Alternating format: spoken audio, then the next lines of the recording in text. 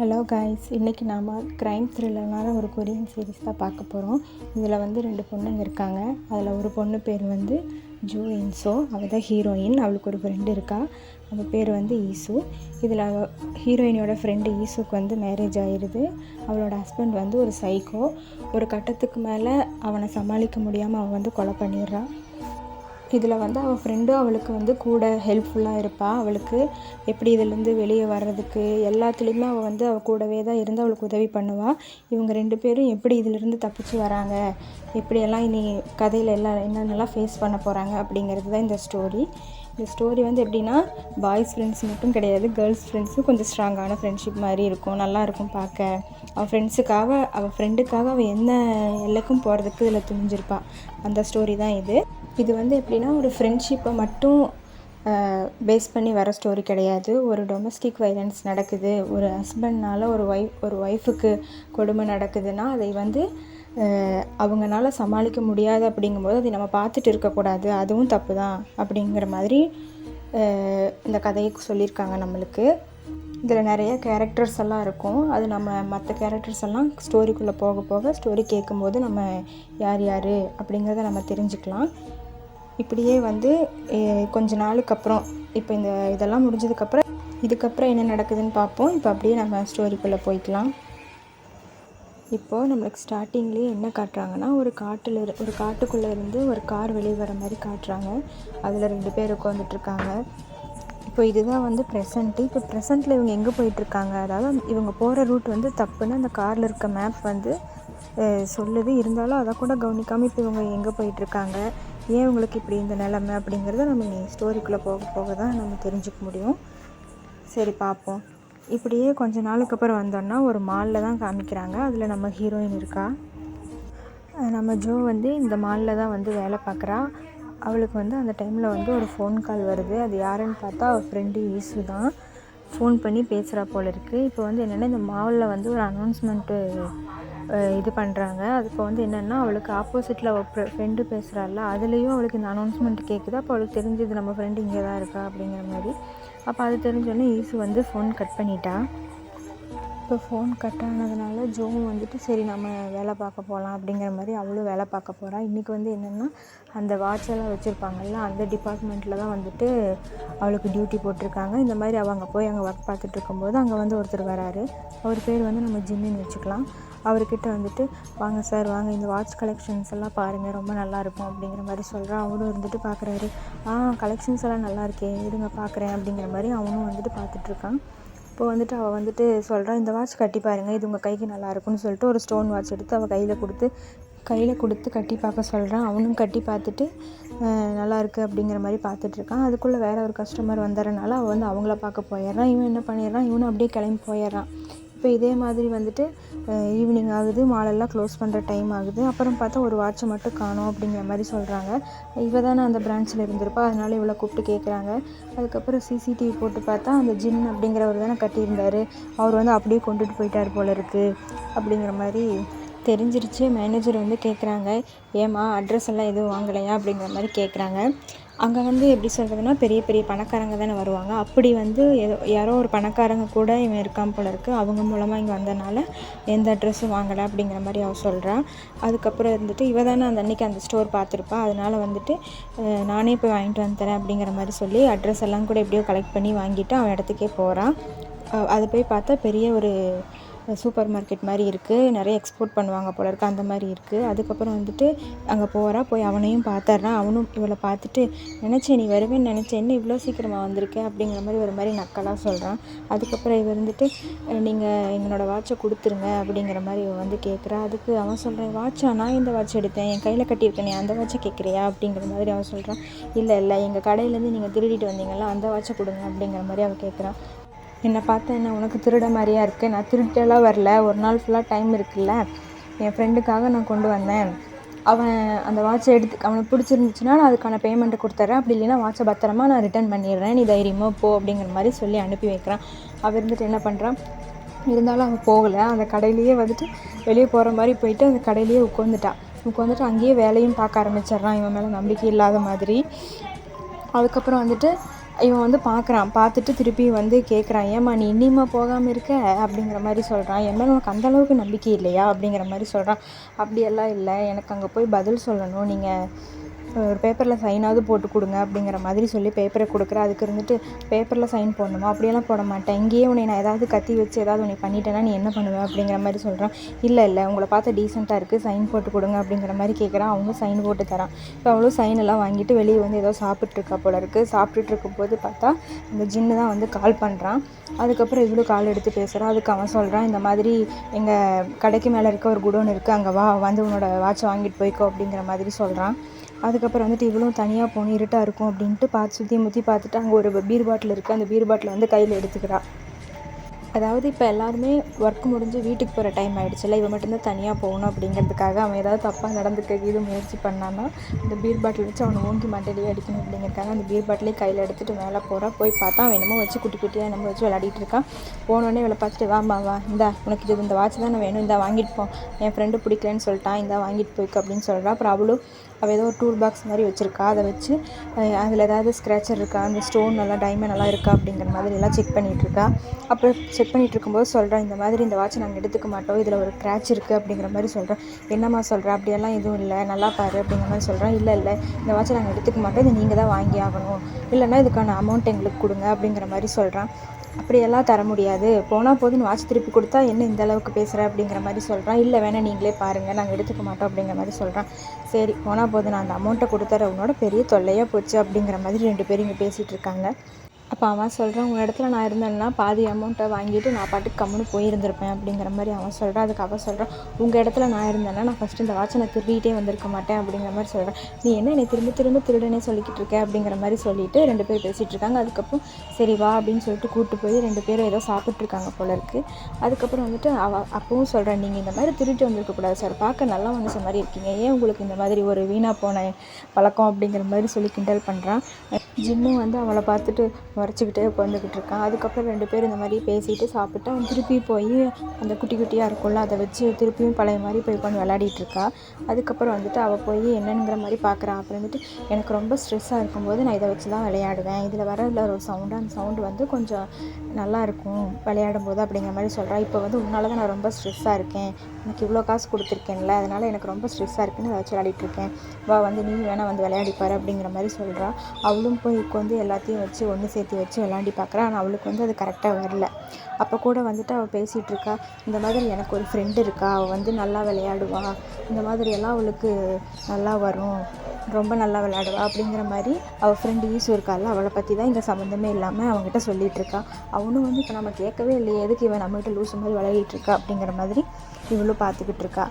இப்படிங்கிற மாதிரியே இந்த டேவும் இவங்களுக்கு வந்து முடிஞ்சிருது. இவங்க 2 பேரும் எப்படி சொல்கிறதுனா, ஏதோ ஒரு வாட்ச் வாங்க வந்த மாதிரி வந்துட்டு இவங்களுக்குள்ள ஏதோ ஒரு நல்ல பாண்டிங் வந்த மாதிரி நம்மளுக்கு இங்கே காட்டுறாங்க. ஏன்னா 2 பேரும் பேசிட்டு சாப்பிட்டு இருக்காங்கல்ல, அதை வச்சு இவங்களுக்கும் ஒரு நல்ல பாண்டிங் வந்த மாதிரி நம்மளுக்கு வந்து காட்டுறாங்க. இப்படியே இந்த டே முடிஞ்சு நெக்ஸ்ட் டே அவன் எப்பவும் போல் வேலைக்கு போயிடுறான். அங்கே அவங்க கூட வேலை செய்கிறவங்ககிட்ட பேசிட்டு வந்துட்டு இருக்கும்போது அவளுக்கு வந்து யாரோ ஒரு தெரிஞ்சவங்க வந்திருக்காங்க போல இருக்குது. அதை பார்த்தோன்னே பக்கத்தில் பேசிகிட்டு இருக்கிறவங்ககிட்ட எக்ஸ்கியூஸ் கேட்டுட்டு அங்கே அவங்க தெரிஞ்சவங்க வந்திருக்கவங்ககிட்ட போனால் அது வேறு யாரும் இல்லை, அவளோட ஃப்ரெண்டு ஈஸு இருக்கால, அவளோட ஹஸ்பண்டு. இவனை வந்து நம்ம கிம்முன்னு வச்சுப்போம். இவன் தான் வந்து அந்த சைக்கோ ஹஸ்பண்டுன்னு நினைக்கிறேன். இவன் தான் இப்போ வந்து இவனை பார்க்க போகிறேன், இவன் வந்து ஒரு செயின் வாங்க வந்திருக்கா. அப்படி என்ன இந்த பக்கம் வந்திருக்கீங்க அப்படிங்கிற மாதிரி இன்னும் கேட்குறா. இல்லை ஈஸுக்கு சர்ப்ரைஸ்னால் ரொம்ப பிடிக்கும்ல, அதான் சர்ப்ரைஸாக அந்த செயின் வாங்கிட்டு போய் கொடுக்கலான்னு வந்தேன் அப்படிங்கிறா. அவள் சொல்கிறா, ஈஸுக்கு சர்ப்ரைஸ் எல்லாம் எதுவும் பிடிக்காது, இன்றைக்கி உங்களுக்கு ஆனிவர்சரியும் இல்லை, அவளுக்கு பர்த்டேவும் இல்லை, என்ன சர்ப்ரைஸ் அப்படின்னு கேட்குறா. இல்லை எனக்கு இந்த மாதிரி சர்ப்ரைஸ் பண்ணுறதுனா எனக்கு ரொம்ப பிடிக்கும், அதனால தான் அப்படின்னு சொல்லிட்டு அவனும் டைம் ஆகிடுச்சு அப்படிங்கிற மாதிரி பேசிவிட்டு கிளம்பி போயிடலாம். அதுக்கப்புறம் இவளும் பார்க்குறா, திடீர்னு இவளுக்கு ஒரு கால் வருது. இவன் கால் வந்தோடனே வந்துட்டு ஒரு இடத்துக்கு வந்து வேகமாக ஓடி போகிறா. போய் ஒரு ட்ரெஸ்ஸிங் ரூம் மாதிரி தான் இருக்குது, அங்கே வந்து போகிறா. போய் பார்த்தா ஒரு லேடி வந்து உட்காந்துட்ருக்க மாதிரி காட்டுறாங்க. அவங்க வந்து என்ன ட்ரெஸ் எல்லாம் போட்டு பார்த்துருப்பாங்க போல இருக்குது, அவங்களுக்கு இந்த ஜிப்பெல்லாம் போட்டு பார்க்குறதுக்கு ஏதோ ஹெல்ப் வேணும் அப்படிங்கிற மாதிரி கூப்பிட்ருப்பாங்க போல இருக்குது, அதான் போகிறா. அதுக்கப்புறம் அவங்க வந்து கேட்குறாங்க, இந்த மாதிரி எனக்கு இந்த ஜிப்பை போட்டு விட முடியுமா அப்படிங்கிற மாதிரி கேட்குறாங்க. அவளும் சரி அப்படிங்கிற மாதிரி போட்டு விடுற மாதிரி போய் பார்த்தா அவங்க முதுகு ஃபுல்லாக ஏதோ ரொம்ப போட்டு அடின்னு அடித்து துவைச்சி பிழிஞ்சு எடுத்த மாதிரி அப்படி ஃபுல்லாக ரத்த காயமாகவே இருக்குது அவங்களுக்கு. அவள் என்னங்கிற மாதிரி அப்படியே பார்க்குறா. அவங்க இருந்துட்டு கேட்குறாங்க, இந்த மாதிரி ஹெல்ப் ஏதாவது பண்ண முடியுமாங்கிற மாதிரி அவர்கிட்ட ஓப்பனாகவே கேட்டுடுறாங்க. அதுக்கு அவள் சொல்கிறா, நாங்கள் வந்து இங்கே வேலை செய்கிறவங்க, எங்களால் அப்படி எந்த ஒர்க்கும் பண்ண முடியாது, என்னை மன்னிச்சிருங்க அப்படிங்கிற மாதிரி சொல்லிவிட்டு அந்த ஜிப்பையும் போட்டு விடுறா. அவளுக்கு ஒரு மாதிரி கஷ்டமாக இருக்குது. அவங்க ஹெல்ப் கேட்டும் நம்மளால் எதுவும் பண்ண முடியலையே அப்படிங்கிற மாதிரி அவங்க ஏதோ அழுகிற மாதிரி பார்க்குறாங்க. பார்த்தா அவங்க ஹஸ்பண்டும் வந்துடுறாங்க. இவன் தான் போட்டு அவங்கள துவன்னு துவைச்சி எடுத்துருப்பான் போல இருக்குது. இவனையும் இவங்க ஒய்ஃபையும் மிஸ்டர் கங் அண்ட் மிஸ்ஸஸ் கங் அப்படிங்கிற மாதிரி நம்ம வச்சுக்கலாம். இவங்க அதுக்கப்புறம் வந்துட்டு அவன் வந்துட்டு சரி வா போகலாம் அப்படிங்கிற மாதிரி வெளியே கூட்டிகிட்டு போகிறா. அப்போவும் அவங்க வந்து பார்க்குறாங்க, இந்த மாதிரி இவன் நம்மளுக்கு உதவி பண்ணிட மாட்டாளா அப்படிங்கிற மாதிரி பார்க்குறாங்க. அப்பவும் கூட நம்ம வேறு வகையில் எப்படியாவது இவங்களை காப்பாற்றிடலாமா அப்படிங்கிற மாதிரி, நீங்கள் வேணால் வரீங்களா, அங்கே நிறைய உங்கள் ட்ரெஸ்ஸுக்கு மச்சா ஷூஸ் இருக்குது, நம்ம போய் போட்டு பார்க்கலாம் அப்படிங்கிற மாதிரி சொல்கிறான். அதுக்கு அவங்க ஹஸ்பண்ட் சொல்கிறான், இல்லை வேண்டாம், நாங்கள் ட்ரெஸ் எடுக்க தான் வந்தோம், எங்களுக்கு இதுவே போதும் அப்படிங்கிற மாதிரி சொல்கிறான். சொல்லி என்ன பண்ணுறான், அப்படியே அவங்கள கூட்டிகிட்டும் போகிறான். அவங்க வந்து என்னென்னா, சரி நம்மளுக்கு யாருமே ஹெல்ப் பண்ண மாட்டாங்க போல இருக்குது அப்படின்ட்டு ஒரு மாதிரி கண்ணில் தண்ணியோட அப்படியே ஒரு பரிதாபமாக அப்படியே போயிட்டுருக்காங்க. அவளுக்கும் நம்மக்கிட்ட ஒருத்தங்க உதவி கேட்டும் நம்மளால் எதுவுமே பண்ண முடியாமல் போச்சே அப்படிங்கிற மாதிரி ஒரு கெல்ட்டியில் நின்றுட்டுருக்கா. அவங்களும் போகும்போது திரும்பி ஏதாவது ஹெல்ப் பண்ணிட மாட்டாளான்னு பார்த்துட்டே போகிறாங்க. இருந்தாலும் இவள் ஜஸ்ட் அங்கே வேலை பார்க்குற ஒரு பொண்ணு தானே, இவனால் என்ன பண்ண முடியும் அப்படிங்கிற மாதிரி இவளும் அதெல்லாம் மறந்துட்டு எப்பவும் போல் டெய்லி வேலை செய்கிற மாதிரி வேலைக்கு போயிடுறான். அதுக்கப்புறம் இவள் வந்து கராத்தே கிளாஸ் போவா போல் இருக்குது. இவளும் கராத்தே கிளாஸ் போயிட்டு அங்கே போய் பயங்கரமாக அவங்க கூட சண்டை போடுற ஒருத்தனை போட்டு அப்படியே அடின்னு அடிச்சிட்ருக்கா. அவங்க மாஸ்டரும் வா வந்து வேணால் எங்கூட சண்டை போடு அப்படிங்கிற மாதிரி கேட்குறாங்க. அப்புறம் மாஸ்டர் யாராக இருந்தாலும் டீச்சர்ஸ் ஜெயிக்க முடியுமா அப்படிங்கிற மாதிரி மாஸ்டரும் ஜெயிச்சிட்றாரு. அதுக்கப்புறம் எல்லாம் முடிஞ்சதுக்கப்புறம் போய் அந்த ஒரு கபோர்டெல்லாம் இருக்கும்ல, அந்த கபோர்டை போய் ஓப்பன் பண்ண போகிறான். ஆனால் அவளுக்கு அந்த கபோர்டை ஓப்பன் பண்ணும்போது என்னமோ அவளுக்கே அவளை அறியாமல் பயம் வருது. இந்த கபோர்டுக்கு பின்னாடி என்ன ஸ்டோரி இருக்குதுன்னு நம்மளுக்கு கொஞ்சம் கதைக்குள்ளே போக தான் தெரியும். அதே மாதிரி அவளுக்கு ஒரு ஹேபிட் இருக்குது. இந்த மாதிரி அவங்க கடைக்கு வரவங்க எல்லாருமே பணக்காரராக தான் இருப்பாங்க. அவங்க வந்து என்னென்ன பொருள் வாங்கிட்டு போகிறாங்க, அவங்களோட கொஞ்சம் டீட்டெயில்ஸ் எல்லாம் வந்து எப்பவுமே நோட் பண்ணி வைக்கிறது இவளோட பழக்கம். அதே மாதிரி அவள் கடையில் பார்த்துருப்பாள் அந்த மிஸ்ஸஸ் கங், அவங்களோட டீட்டெயில்ஸும் இருக்குது. அதெல்லாம் என்ன ஏதுன்னு பார்த்துட்ருக்கா. அப்புறம் டக்குன்னு அவளுக்கு அவங்க அம்மா ஞாபகம் வருது. உடனே அவங்க அம்மாவுக்கு கால் பண்ணி பேசுகிறா. அம்மா எப்படி இருக்கீங்க, என்ன பண்ணுறீங்க, சாப்பிட்டீங்களா அப்படிங்கிற மாதிரியெல்லாம் அவள் கேட்டுட்ருக்கா. அப்புறம் அவங்க அம்மாவும் நானும் சாப்பிட்டேன், நீ சாப்பிட்டியா அப்படிங்கிற மாதிரி பேசிகிட்ருக்காங்க. அதுக்கப்புறம் எப்போ ஊருக்கு வர அப்படிங்கிற மாதிரி அவங்க அம்மா கேட்குறாங்க. அதுக்கு வந்துட்டு, அம்மா சாரிம்மா, என்னால் உங்கள் பர்த்டேக்கு ஊருக்கு வர முடியாது, என்னை மன்னிச்சிடுங்க, நான் லீவ் விடும்போது வரேன் அப்படிங்கிற மாதிரி சொல்கிறா. சரிம்மா நீ ஒர்க் பாரு அப்படிங்கிற மாதிரி அவங்களும் சொல்கிறாங்க. அப்பா என்ன பண்ணுறாரு அப்படிங்கிற மாதிரி கேட்குறா. அப்புறம் வந்துட்டு நானும் அப்பாவும் தான் குடிச்சிட்ருக்கோம், அதாவது அவங்கள ட்ரிங்க்ஸ் பண்ணுவாங்கள்ல, அந்த மாதிரி ட்ரிங்க்ஸ் பண்ணிவிட்டு சாப்பிட்ருக்கோம் அப்படிங்கிற மாதிரி சொல்கிறாங்க. ஆனால் அவங்களுக்கு முன்னாடி யாருமே இல்லை. அவங்க வந்து இவகிட்ட போய் தான் சொல்கிறாங்க. இப்போ அவளும் அவங்க அம்மாட்ட கேட்குறா, ஏம்மா இப்போல்லாம் அப்பா அவங்கள அடிக்கிறது இல்லையா அப்படிங்கிற மாதிரியெல்லாம் டார்ச்சர் பண்ணுறது இல்லையா அப்படிங்கிற மாதிரி அவள் சும்மா யதார்த்தமாக கேட்குறா. அதுக்கு அவங்க அம்மா இல்லை இப்போல்லாம் நாங்கள் நார்மலாக தான் இருக்கோம், நல்லா தான் பேசுகிறாரு, நாங்கள் டெய்லியும் பக்கத்தில் இருக்க பார்க்குக்கெல்லாம் கூட்டிகிட்டு போகிறாரு, போயிட்டு வரோம், நல்லா தான் இருக்கோம் அப்படிங்கிற மாதிரி சொல்கிறா. சரின்னு அந்த அன்றைக்கி அப்படியே முடியுது. அடுத்த நாள் சரி அவங்க அம்மாவை பார்க்க போகலான்ட்டு அவள் சர்ப்ரைஸாக போகிறா. அப்போ அந்த பார்க்கை பார்க்குறா. அந்த பார்க்கே பார்க்க வெறிச்சோடி இருக்குது. அதுலேயே தெரியுது அவங்க அம்மா நேற்று போய் சொல்லியிருக்காங்க, இங்கே யாருமே வரதில்லை அப்படிங்கிற மாதிரி அவளுக்கு தெரியுது. வீட்டுக்கு போய் அவங்க அம்மாவையும் பார்க்குறா. சர்ப்ரைஸ் அப்படிங்கிற மாதிரி பார்க்குறா. அவங்க அம்மாவும் வரமாட்டேன்னு சொன்ன வந்துட்டியா அப்படிங்கிற மாதிரி சர்ப்ரைஸாக பார்க்குறாரு. அவங்க அப்பா வந்துட்டியா அப்படிங்கிற மாதிரி ஒரு மாதிரி உருன்னு பார்த்துட்டு போகிறாரு. அதுக்கப்புறம் 2 பேரும் சேர்ந்து டின்னரெல்லாம் செய்கிறாங்க. அப்படி டின்னர் செஞ்சிட்ருக்கும்போது அவங்க அம்மா வந்து ஒரு கத்தியை வந்து கீழே ஏதோ ஒரு கபோர்டு மாதிரி இருக்குது, அந்த கபோர்ட்லேருந்து அங்கேருந்து எடுக்கிறாங்க. அதுக்கு அவள் சொல்கிறா, ஏம்மா கத்தியெல்லாம் வெஜிடபிள்ஸ் எல்லாம் கட் பண்ணணும், நீங்கள் மேலேயே வைக்க வேண்டியது, ஏன் அதை தனியாக அங்கே வச்சுருக்கீங்க அப்படிங்கிற மாதிரி கேட்குறா. அவங்க அம்மா அப்பாவும் சொல்கிறாங்க, இல்லை நான் சும்மா தான் வச்சுருக்கேன் அப்படிங்கிற மாதிரி சொல்கிறாங்க. அவள் இருந்துட்டு ஒரு மாதிரி அவங்க அம்மாவை ஒரு டவுட்டாகவே பார்க்குறா. இப்போ இதே மாதிரி டின்னரும் எல்லாம் ரெடி பண்ணி முடிச்சுட்டு அவன் தம்பியும் வந்துடுறான் போல இருக்குது. அதுக்கப்புறம் எல்லோரும் ஒன்றா உட்காந்து இந்த மாதிரி சாப்பிட்ருக்காங்க. அப்போ வந்து அவங்க அப்பா என்ன சொல்கிறாருன்னா, சரி எல்லாம் சாப்பிட்டு சீக்கிரம் டேபிள் க்ளீன் பண்ணுங்க, சீக்கிரம் கேக் கட் பண்ணுவோம் அப்படிங்கிற மாதிரி சொல்கிறாங்க. அதுக்கும் அவங்க அம்மா சொல்கிறாங்க, இப்போ தானே சாப்பிட்டோம், கொஞ்சம் நேரம் ஆகட்டும் அப்படிங்கிற மாதிரி சொல்கிறாங்க. அதுக்கும் அவன் வந்துட்டு என்ன நினைவே எகுத்து பேசுகிறியா அப்படிங்கிற மாதிரி ஒரு மாதிரி கோவமாக சொல்கிறாரு. அதுக்கப்புறம் அப்படியே எல்லாம் க்ளீன் பண்ணிவிட்டு அவங்க அம்மா கேக்கும் கட் பண்ணுறாங்க. எல்லோரும் கைத்தட்டி விஷ் பண்ணிவிட்டு அந்த மாதிரி கேக் கட் பண்ண ரெடி ஆகிட்டு இருக்காங்க. ஆனால் அவங்க அம்மா மூஞ்சில் கொஞ்சம் கூட ஒரு சிரிப்பே இல்லை. அந்த கேக் கட் பண்ண போகிறோம் அப்படிங்கிற மாதிரியெல்லாம் இதில் ஏதோ வேண்டாம் வெறுப்பாக இருக்காங்க. அது அவ்வளோ ஒரு மாதிரி டவுட்டாகவே பார்த்துட்ருக்கா. இப்படியே நைட்டும் ஆகிடுது. நைட்டு இந்த மாதிரி அவள் தூங்கிட்டு இருக்கும்போது திடீர்னு எந்திரிச்சு போய் அந்த கபோர்டு கிட்டே போய் நின்றுட்டு அந்த கபோர்டை திருப்பி அதே பயத்தோடையே ஓப்பன் பண்ணுறா. அதுக்குள்ளேயே அவளுக்கு ஏதோ ஒரு சவுண்டு கேட்குது. சவுண்டு கேட்டோடனே கீழே போய் பார்த்தோன்னே அவங்க அப்பா தான் அவங்க அம்மாவை போட்டு அடி அடின்னு அடிச்சிட்ருக்காங்க. அப்புறம் இருந்துட்டு அவள் போய் அவங்க அப்பாவை தள்ளி விட்டுட்டு, ஏன்ப்பா இப்படி பண்ணுறீங்க, ஏன் இப்படி அம்மாவை டெய்லியும் அடிச்சிட்ருக்கீங்க, நீங்கள் இன்னும் திருந்தவே இல்லையா அப்படிங்கிற மாதிரி அவளும் சொல்கிறா. இல்லை நான் எங்கே அடித்தேன், நான் சும்மா 2 தட்டு தட்டுனேன் அப்படிங்கிறாங்க. அவர் அப்பா எதுக்காக அடிச்சிருப்பாங்கன்னா, அவளுக்கு வந்து அவங்க அப்பா அவளுக்கு வந்து கேக் வாங்கிட்டு வந்து தரல, அவங்க அம்மா கேக் வாங்கிட்டு வந்து கொடுத்துட்டா அப்படிங்கிறதுக்காக அடிச்சிருப்பாரு. அப்புறம் அவளும் வந்து அவங்க அப்பாவை திட்டுறா, நீங்கள் இன்னும் மிருக மாதிரி தான் இருக்கீங்க, நீங்கள்லாம் திருந்தவே மாட்டீங்க, உங்களால் ஏற்கனவே அம்மா ஒரு தடவை சூசைடெல்லாம் கூட அட்டன் பண்ணியிருக்காங்க, உங்களுக்கு தெரியுமா, ஏன் இப்படியெல்லாம் பண்ணிகிட்ருக்கீங்க, கொஞ்சம் கூட திருந்தவே மாட்டிங்களா, நீங்கள் இன்னும் சின்ன வயசில் இருக்க மாதிரியே சண்டை போட்டுட்ருக்கீங்க அப்படிங்கிற மாதிரி திட்டிட்டு அப்படியே ஒரு ஃப்ளாஷ்பேக்குக்கு போகிறாங்க. அப்போ வந்து ஸ்கூல் படிச்சுட்ருக்கா. ஸ்கூல் முடிச்சுட்டு வீட்டுக்கு போயிட்டுருக்கும்போது வந்துட்டுருக்கும்போது பார்க்குற அவங்க அம்மா பால்கனியில் நின்றுட்டுருக்காங்க, அதாவது சூசைட் பண்ணுறதுக்காக. அப்போ இவள் பயந்துட்டு ஓடி போய் மேலே போய் அவங்க அம்மாவை இழுத்து காப்பாற்றிட்டு அவங்க அம்மா முன்னாடி உட்காந்து அழுகிறா. ஏம்மா இப்படி பண்ணுறீங்க, ஏன் நீங்கள் தானே இருக்கீங்க, எனக்கும் தம்பிக்கும் ஏன் எங்களை விட்டுட்டு போகணும்னு நினச்சிங்க அப்படின்னு சொல்லிட்டு அவள் அழுகிறா. அப்புறம் அவங்க அம்மாவும் சரி அழுகாத, நான் இனிமேல் உங்களை விட்டு எங்கேயும் போக மாட்டேன் அப்படிங்கிற மாதிரி அவங்க அம்மா வந்து அழுகுறாங்க. அதுலேயே தெரியுது அவங்க அப்பா அப்பத்துலேருந்து அவளை கொடுமைப்படுத்தியிருக்காங்கன்னு. இப்போ திருப்பி காலையில் விடிஞ்சிருது, எல்லாம் ஒன்றும் ஆகாத மாதிரி நார்மலாக எல்லாம் அவங்க வேலைக்கு கிளம்பிட்டு இருக்காங்க.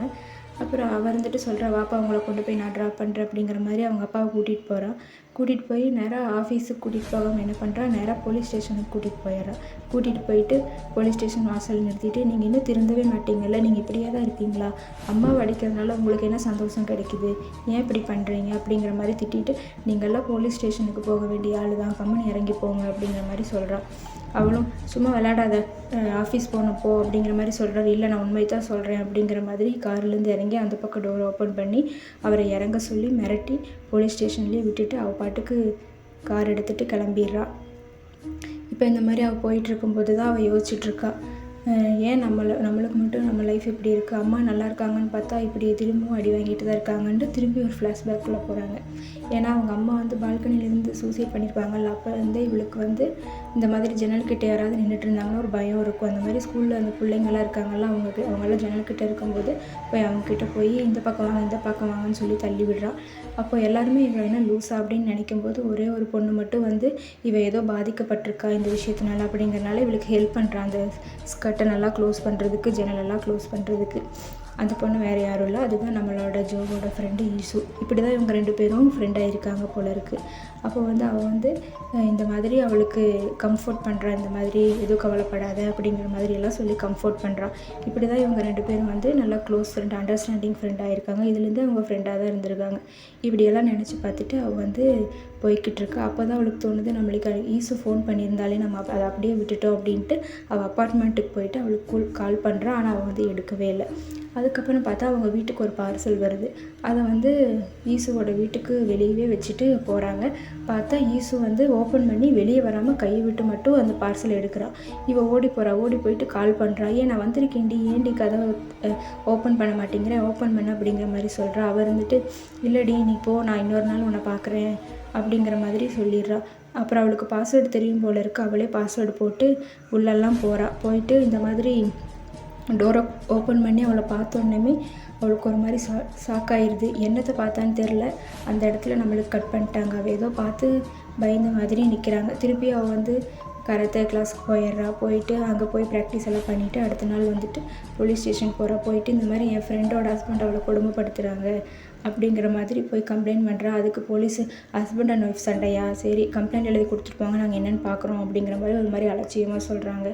அப்புறம் அவள் இருந்துட்டு இந்த மாதிரி நிறைய கேஸ் வருது போல இருக்குது, இவங்கக்கிட்ட சொன்னால் வேலைக்கு ஆகாது, இவங்க இப்படி தான் அலட்சியமாக விட்டுருவாங்க போல இருக்குது அப்படிங்கிற மாதிரி நினச்சிட்டு அவளும் ஏன் இப்படி சொல்கிறீங்க, நீங்கள் என்னென்ன ஆக்ஷன் எடுங்க அப்படிங்கிற மாதிரியெல்லாம் கேட்குறா. இல்லை நாங்கள் பார்த்துக்குறோம், நீங்கள் எழுதி கொடுத்துட்டு போங்க அப்படிங்கிற மாதிரி ஒரு மாதிரி சொல்கிறாங்க.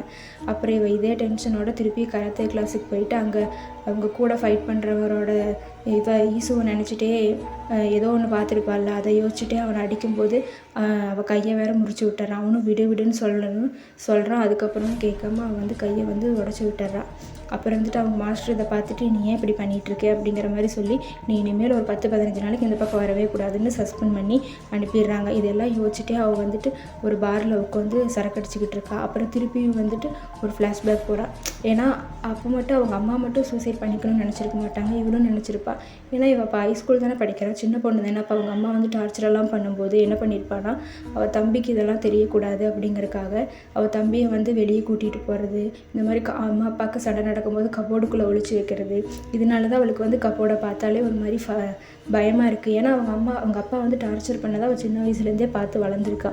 அதனால் வந்து அவளுக்கு அது ஒரு மாதிரி பயமாக இருந்துச்சு. சின்ன வயசுலேயே மென்டலாக அவள் வந்து ரொம்ப சஃபர் ஆகியிருந்திருக்கா. அதனால் இனிமேல் நம்ம உயிரோடவே இருக்கக்கூடாது அப்படிங்கிற மாதிரி கடலில் போய் சாகணும்னு போயிருக்கா. அப்போ வந்து நம்ம ஈசு தான் வந்து ஜோவை வந்து காப்பாற்றியிருப்பாங்க. அப்படி காப்பாற்றும் போது அவங்களுக்கு தோள்பட்டையில் கூட அடிபட்டிருக்கும். அந்த தழும்பு வந்து அவங்க கல்யாணத்து வரைக்குமே இருந்திருக்கும்.